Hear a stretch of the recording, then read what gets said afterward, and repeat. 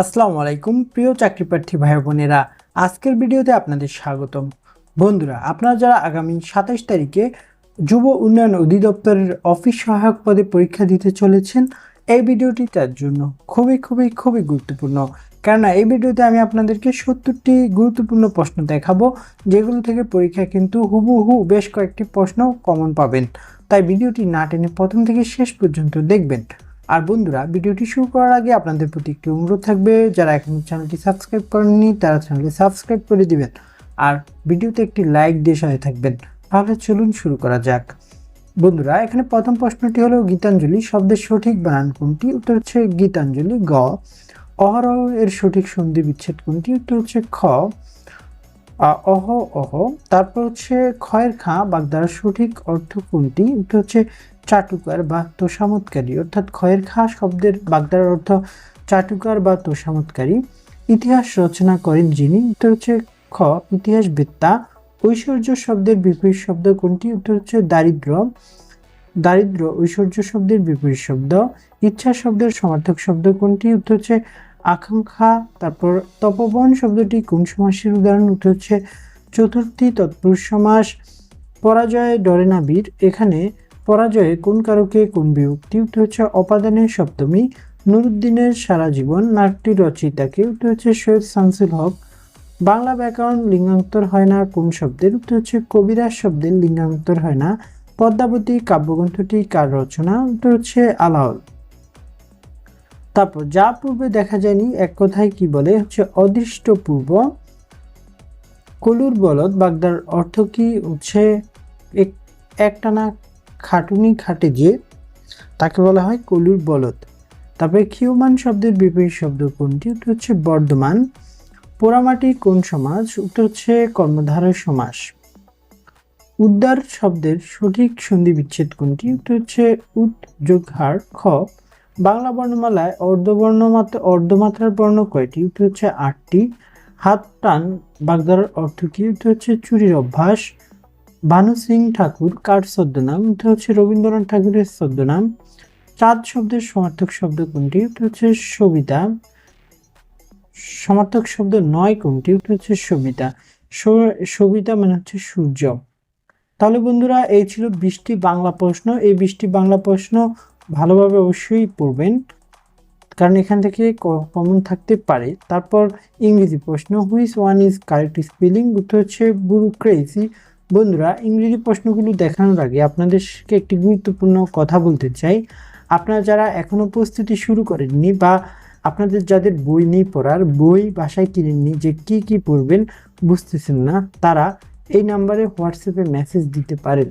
তাহলে আপনাদেরকে যা পড়তে হবে সকল কিছুর প্রিমিয়াম পিডিএফ প্যাকেজ আপনাদেরকে দিয়ে দিব। সেগুলো যদি আপনি এই যে কয়দিন হাতে আছে, এই অল্প কয়দিন যদি আপনি পড়েন, তাহলে কিন্তু পড়ে আপনি পরীক্ষাটিতে ভালো রেজাল্ট করে ফেলতে পারবেন। এক্সক্লুসিভ প্রিমিয়াম সাজেশন নিতে এই নাম্বারে হোয়াটসঅ্যাপে মেসেজ দিবেন। তাহলে চলুন আমরা শুরু করি। What is the synonym of fragile? উত্তর হচ্ছে ব্রেকেবল বা উইক। তারপর what is the antonym of knowledge? উত্তর হচ্ছে ইগনোরেন্স। হি ইজ এংরি, উত্তর হচ্ছে with me. He is angry with me. কোনো ব্যক্তির উপর রাগান্বিত বোঝালে এংরি এর পর অ্যাপ্রোপ্রিয়েট প্রিপোজিশন হিসেবে উইথ বসে। আর কোনো বিষয়ে রাগান্বিত হলে সেখানে বসে অ্যাট। তারপর a rolling stone gather no moss. এর here ruling is an both A and B and C, অর্থাৎ অ্যাডজেক্টিভ অ্যান্ড পার্টিসিপল। তাহলে রুলিং শব্দটি স্টোন অবস্থা প্রকাশ করা, এটি একটি অ্যাডজেক্টিভ, এবং ভার্বের সাথে আইএনজি যোগ হয়, এটি একটি participle. Choose the correct passive form. Shut the door, উত্তর হচ্ছে let the door be shut. The idiom burning question means হচ্ছে অ্যান ইম্পর্টেন্ট টপিক। তারপর what is the noun form of the verb sing? Sing এর noun form song. Many a man dash present in the meeting, উত্তর হচ্ছে was present in the meeting. কর্তৃপক্ষ তাকে বরখাস্ত করলো। Translated English, the authority dismissed him. She was noticed dash music for music.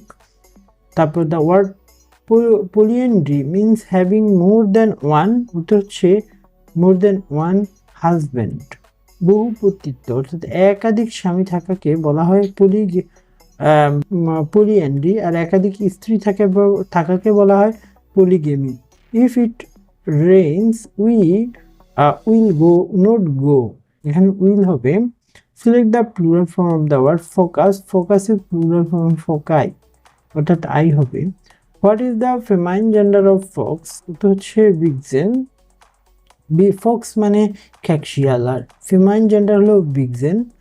তারপর phrase at arms length, উত্তর হচ্ছে to avoid familiarity or at a distance.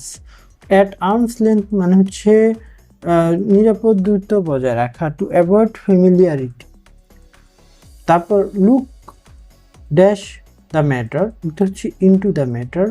তদন্ত করা অর্থে ইনটু বসে, আর দেখাশোনা করার অর্থে আফটার বসে। লুক ফর মানে খোঁজা, আর হচ্ছে লুক ইনটু মানে হচ্ছে তদন্ত করা, অর্থাৎ লুক ইনটু দ্য ম্যাটার অর্থাৎ বিষয়টি তদন্ত করা অর্থে ব্যবহৃত হয়েছে।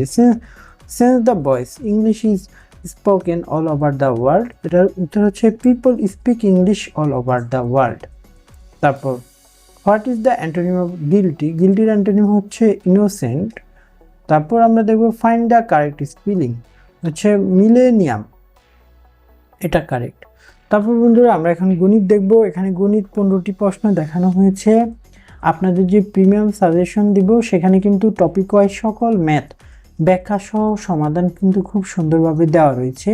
সাজেশনটি নিতে চাইলে এই নাম্বারে হোয়াটসঅ্যাপে মেসেজ দিবেন। তো গণিত প্রশ্নটি হলো প্রথম 41 নম্বর প্রশ্ন। একটি মোটরসাইকেল 12% ক্ষতিতে বিক্রি করা হলো, যদি বিক্রয় মূল্য 1200 টাকা বেশি হতো তবে 2% লাভ হতো। মোটরসাইকেলটির ক্রয় মূল্য কত? উত্তর হচ্ছে 8000 টাকা। এখানে সময় স্বল্পতার জন্য আমি পুরোটা ব্যাখ্যা করছি না, কিন্তু ব্যাখ্যা দেওয়া রয়েছে, আপনারা দেখে নেবেন। দুটি সংখ্যার লসাগু ও লসাগু 36, গসাগু 6, একটি সংখ্যা 18 হলে অপরটি কত? উত্তর হচ্ছে 12। তারপর 15টি খাতার দাম 300 টাকা হলে 5টি খাতার দাম কত? উত্তর হচ্ছে 10 টাকা, 100 টাকা। তারপর পরপর 3টি সংখ্যার গুণফল 60 হলে সংখ্যাগুলির যোগফল কত হবে? উত্তর 12।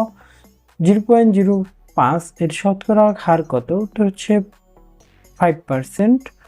তারপর x minus 5 x plus 5 is equal কত?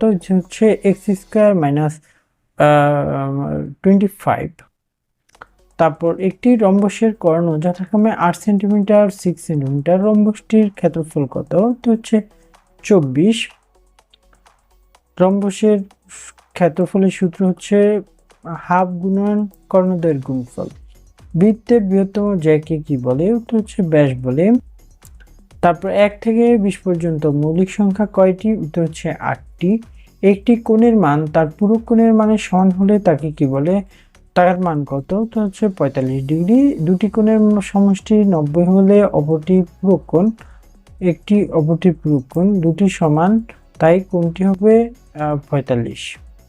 তাহলে 1 থেকে 50 পর্যন্ত সংখ্যাগুলোর যোগফল কত? উত্তর হচ্ছে 1275। অর্থাৎ 1 থেকে 50 পর্যন্ত সংখ্যাগুলোর যোগফল 1275 এই সূত্র দিয়ে বের করতে হবে। তাহলে 3x plus 2 is equal to 17, x এর মান কত? উত্তর হচ্ছে 5। 1 মাইল কত কিলোমিটার? উত্তর হচ্ছে 1.16 কিলোমিটার। 20, 25, 20, 15, 10, ধারাটির পরবর্তী সংখ্যা কত? 5 হবে। তারপরে একটি ত্রিভুজের ভূমি 10 সেন্টিমিটার, উচ্চতা 6 সেন্টিমিটার হলে ক্ষেত্রফল কত? উত্তর হচ্ছে 30 সেন্টিমিটার। তো বন্ধুরা এখন আমরা দেখবো সাধারণ জ্ঞান ও আইসিটি প্রশ্ন। বাংলাদেশের জাতীয় সঙ্গীতের রচয়িতাকে? উত্তর হচ্ছে রবীন্দ্রনাথ ঠাকুর। বাংলাদেশের স্বাধীনতা কালীন সময়ে ভারতের প্রধানমন্ত্রী কে ছিলেন? উত্তর হচ্ছে ইন্দিরা গান্ধী। তারপর হচ্ছে গণপ্রজাতন্ত্রী বাংলাদেশের সংবিধানে মোট কয়টি অনুচ্ছেদ রয়েছে? 153টি। সুন্দরবন বাংলাদেশের কয়টি জেলাকে স্পর্শ করেছে? 5টি। লাইন অফ কন্ট্রোল কোন দুটি দেশের সীমানা? উত্তর হচ্ছে ভারত এবং পাকিস্তান। ওয়ানডে ক্রিকেটে বাংলাদেশের পক্ষে প্রথম সেঞ্চুরি করেন কে? উত্তর মেহরাব হোসেন ওপি। 1999 সালে জিম্বাবুয়ের বিরুদ্ধে মেহরাব হোসেন ওপি প্রথম বাংলাদেশি ক্রিকেটার হিসেবে ওয়ানডেতে সেঞ্চুরি করেন। বিশ্বের বৃহত্তম গণতান্ত্রিক দেশ কোনটি? উত্তর হচ্ছে ভারত। তারপর আন্তর্জাতিক আদালতের বিচারকের সংখ্যা কতজন? উত্তর 15 জন। কম্পিউটার স্মৃতি প্রধানত কয় ধরনের? উত্তর 2 ধরনের। ইন্টারনেটের মাধ্যমে চিকিৎসা সেবা দেওয়াকে কি বলা হয়? উত্তর হচ্ছে টেলিমেডিসিন। পিডিএফ এর পূর্ণরূপ কি? উত্তর হচ্ছে portable document format. Computer software বা প্রোগ্রামের ত্রুটিকে কি বলা হয়? উত্তর হচ্ছে বাগ বলা হয়।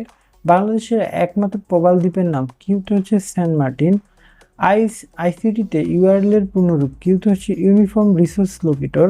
ফেসবুক কত সালে প্রতিষ্ঠিত হয়? উত্তর হচ্ছে 2004 সালে। তো বন্ধুরা, এই ছিল মোটামুটি আপনাদের জন্য ইম্পর্টেন্ট 70টি প্রশ্ন। আপনাদেরকে বলে রাখা ভালো, যারা এখনো প্রস্তুতি শুরু করেননি কিন্তু এই কয়েকদিন পরে পরীক্ষায় হুবহু কমন পেতে চান, পরীক্ষায় পাশ করতে চান, তারা অবশ্যই আমাদের থেকে স্পেশাল প্রিমিয়াম সাজেশন নিয়ে নেবেন। এই সাজেশন পড়লে আপনার খুব গোছানোভাবে সকল প্রশ্ন, বিগত সালের সকল প্রশ্ন সহ ব্যাখ্যা সহ সকল কিছু খুব সুন্দরভাবে দেওয়া রয়েছে। তাই এই সাজেশনটি নিলে আপনার আর কিচ্ছু পড়া লাগবে না, খুব সহজে কিন্তু এই চাকরিটি পেয়ে যাবেন। কেননা এটা একটা 20তম গ্রেডের জব, এগুলোতে খুব কঠিন প্রশ্ন হয় না, বিসিএস এর লেভেলের কঠিন প্রশ্ন হয় না, খুবই নর্মাল প্রশ্ন করা হয়।